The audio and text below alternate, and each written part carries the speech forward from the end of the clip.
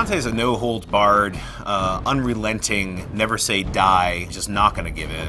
If anything sort of confronts him, he's ready to go up against it. Kind of a brutal bastard. Dante's not a good guy. He's like, ah! He's a guy who kicks down the doors of hell, quite literally. Kind of a cuck, basically.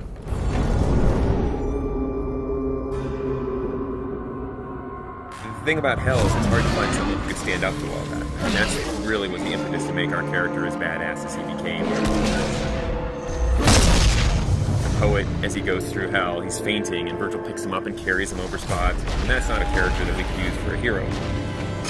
Real Dante was in Florence during the Civil War. He was more of a politician. We wanted something a little bit more, and so we made the bold choice to give him a past as a crusader. He's had a pretty tragic and, screwed up past. A lot of things in his past that haunt him. He's definitely not some straight sort of action hero. I like the fact that he's a little bit more human. I mean, obviously he's wielding this giant scythe that most of us couldn't lift, and I know because we built one for Comic-Con. So he's definitely, superhuman in that sense. But there are certainly moments in the game where he's not sure if he can go on. I think the story kind of demanded that he be a little bit more complex. The first line of the poem is, at the midpoint on the journey of life, I found myself in a dark forest, and it's a metaphor for him being confused and troubled about his own life, but we wanted to go to the nth degree for the video game. And so we wanted him to basically have committed all these horrible sins. Dante is guilty of all 9 sins and then some. Definitely start to see how his family factors into it, and you might start to see some familiar faces as you're going through hell and how that sort of messes with him. He's done a lot of bad things in his life.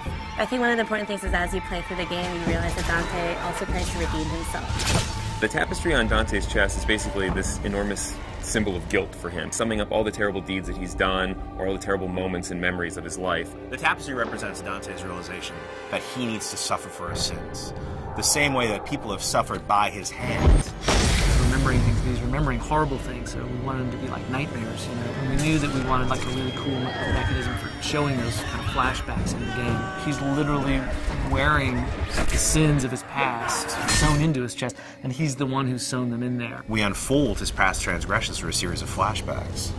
Start to discover how much of a bastard Dante really was. Greed specifically is a turning point where you've discovered a lot more about Dante than maybe you even want to know about. Greed's a little more of a cerebral level. It's about puzzles. It's this very mechanized place with gears and motors, as opposed to most of hell, which is very organic. It's in a lot of ways the most hellish level. People are being tortured there in ways that we haven't seen yet. It's almost a big stone factory of torture. One of the big set pieces of Greed is the Wheel of Fortune. Everything in Greed is kind of controlled by this twisted wheel of possibilities. The Hoarder Waster are actually 2 characters in the poem.